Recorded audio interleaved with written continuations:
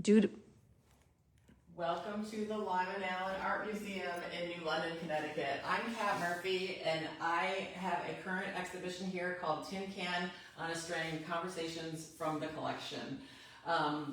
This is the last week of the exhibition, so I just wanted to let you know that the museum hours are Tuesday through Saturday, 10 to 5, and Sunday, 1 to 5. I want to show you an I wanted to talk first. It's an exhibition with my friend Heidi Johnson and we spent nearly 2 years making all new artwork for this exhibition based on the museum's collection, items in the collection. So for an example of using inspirational pieces, here is a pair of porcelain Staffordshire poodles that are part of the museum's collection, and over here is my big box version that I created. I knew I wanted to play with scale, and so I carved these poodles out of construction foam, and I paper mache them with my daughter's childhood artwork. The finishing touches are, you see this is a textured surface, there's gold leaf, and hand painting, and the texture is actually from remnants of Japanese tea paper, vintage, that I had in my collection, leftover remnants from interior design work that I've done. So I actually put this vintage wallpaper through the shredder, and that's why we have this great texture, and it's just a super scaled version. And we can also come over here. This is Heidi Johnson's painting with oil. It is inspired by Joe Lasker, which is a painting in the collection. This is her version of the Staffordshire poodles, which are a little bit more like Little Richard with the hairdo and extra jewelry. You can also see like the day newspaper here. This is an article from the 80s when there used to be a museum or a zoo in New London, in the Bateswood Zoo. This is actually the Tiffany lamp here. There's a food dog that's outside of the museum, but the Tiffany, Louis Comfort Tiffany gallery is just in the gallery next door, and the museum has a wonderful collection of Tiffany items here that you can view. You see there's a large collection of 19th century furniture in the museum, and so we have a couple pieces on display, and they're also found in the paintings. Jane Peterson work. We have like a marble table here with the terrarium with the taxidermy from the museum's collection, and you'll be able to find this terrarium in Heidi's pieces especially. This is actually a piece that I did with showing the table, and this silhouette here is actually an image from the museum that is Harriet Lyman Allyn and her sister Lucretia, which is just something that I found while searching the database. So we were able to go into the museum's collection and view items, and you're also welcome to see things on their online database that's available on their website. This is another idea where I used a beautiful shell cameo, a carved shell cameo. It's based on the birds of Pliny in Pompeii, which you usually see there's 4 birds, but it seems like for this small carving there's 3 birds. But anyways, this is my supersized version, and I used paper mache clay. I drew all the items out and used cardboard as an armature base, and then I sculpted the additional rendering in paper mache clay, and then in caustic, which is a beeswax and pigment medium. So there's a few things. We can go in here. This is from the museum's collection, a falcon sarcophagus. These are kinds of things that are not always on view at the museum, so we were able to find wonderful treasures in the museum and then reimagine them into our own work. This is Heidi's painting. It's called Alchemy, and Heidi has done several falcon experiences, and she has traveled in Egypt, and we see here her rendering of her with the falcon. We've got the Egyptian pyramids in the back, and then incorporating the the falcon sarcophagus here. Over here, this is a collection of Greek pottery that I found in the collection. These are items that you would probably not necessarily see here at the museum because there's only so limited space, and it's not like the Met where they would have a Greek room. So I was inspired to use these pieces in my piece called Desert X, where I love to use decorative, I love vases, I love decorative objects, and this is the first time that I've used the Greek pottery in my work. And we also have, there's this sculpture as part of the museum's collection too. It's not out here today, but so yeah, that's this is another work that I wanted to do, like a collage work. This image here is actually an image from Barclay Hendricks' studio. We call it Barclay's Fairy, but I sort of I used his imagery here, but I was also like sort of it's like dressing a paper doll. So I used Romer Bearden as imaged in here. So some of these items from the museum I collaged into this piece.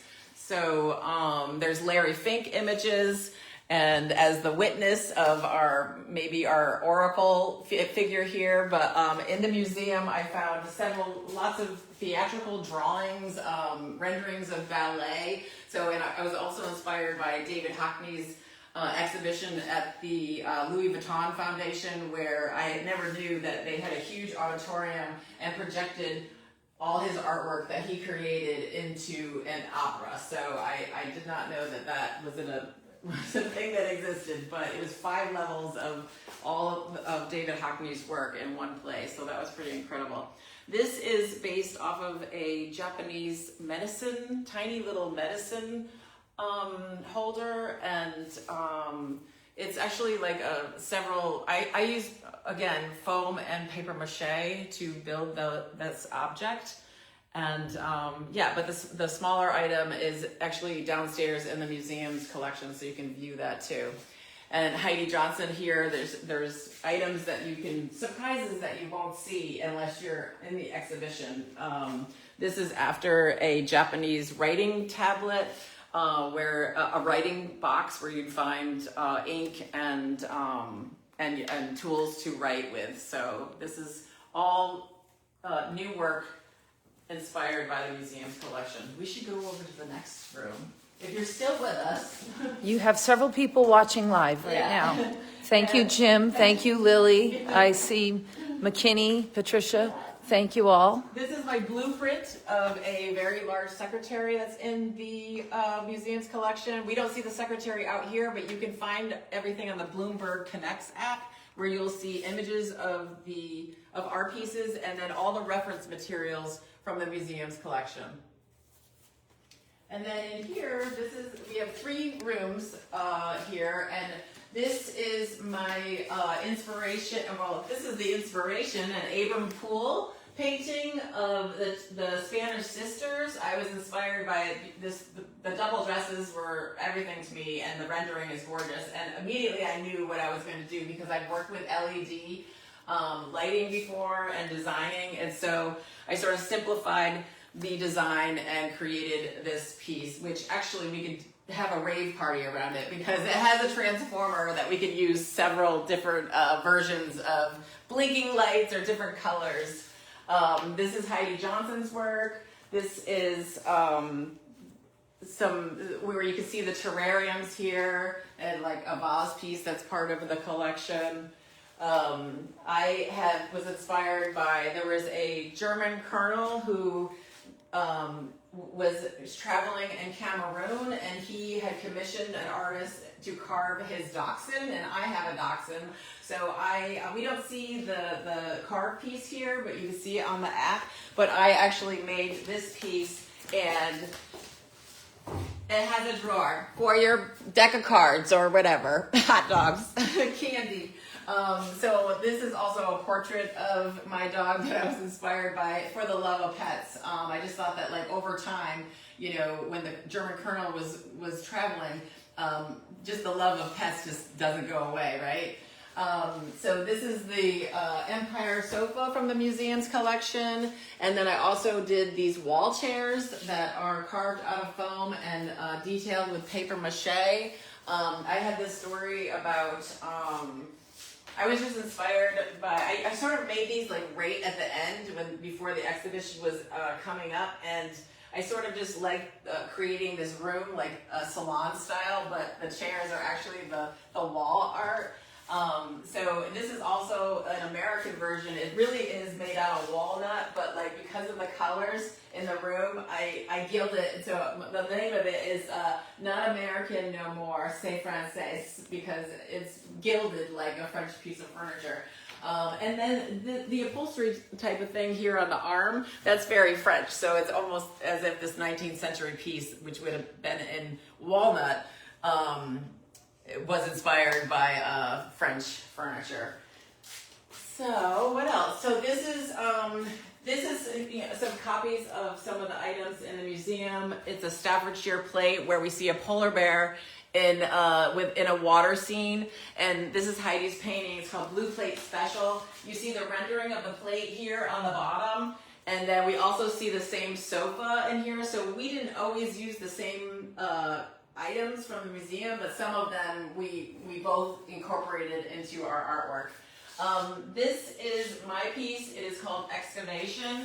It sort of predates the museum. I started this painting, I was inspired by an article in Atlas Obscura about the Japanese settlements in Canada, and the excavation scholar who was working with his students, they thought they were really excavating a log camp, but they found, during the excavation, they found all this Japanese rice bowls and glassware, and so I was inspired to kind of incorporate the museum Japanese blueware into this piece and create, and it was called Excavation, and I'm losing my words here, but there was the koi. I thought it was going to be a garden because they also found that there was a large field of fuki, which is actually sort of like a celery. So there was vegetation there and people living there, and it's basically before they were put into internment camps during the war, and so I was just inspired to sort of tell this story, and I kind of struggled because there's a lot going on here, and you really need to experience it in person. But I have patterns of 30 different items. There's a teapot here that's in the museum. There's lots of patterns from the original excavation, and then also materials from the museum. And I also at the end was sort of having trouble with like lots of things, and how can I like resolve these? So I took inspiration from the bamboo that was in one of the trays, and I started to incorporate it into the painting. And at some point, like the bamboo is meeting like the fins of the koi. So I was like, okay, it's, everything is like, where are we? And it seems like now we're in a pond, kind of a koi pond. But I love the way the bamboo sort of interlaced with the fins of the koi, sort of doing double duty. It could be leaves, it could be fins from the koi, and it sort of helped me create like an archaeological, or like an and I don't know what to say, like it just gave it a little bit more structure for me in the painting. So yeah, I also bamboo's invasive, so once I realized that I liked what was happening, I started to use it in parts that I was having trouble with. And a friend did mention that it also is kind of, it's sort of like it creates like almost like you're inside out, like it's almost like we're imprisoned in a way, so it can be reflective of just the ideas that I was learning about with the Japanese camps, and just the reflection about the people living there, and how it's like a time sandwich to the whole thing. We've like gone into the archives, we're inspired by historical pieces that people have collected and donated to the museum, and then we've created all new work and interwoven our experiences with things from the museum. And so I guess the time sandwich is it's the word of the day. But I really hope that you can come to this exhibition this week. I am happy to give a personal tour or to meet with a group or just be here for any questions. The museum again is open from Tuesday through Saturday, 10 to 5, and Sunday 1 to 5. So feel free to direct message me if you want to meet here, and otherwise run. Don't walk to this museum because it is ending this week. Thank you. Thanks for staying with us.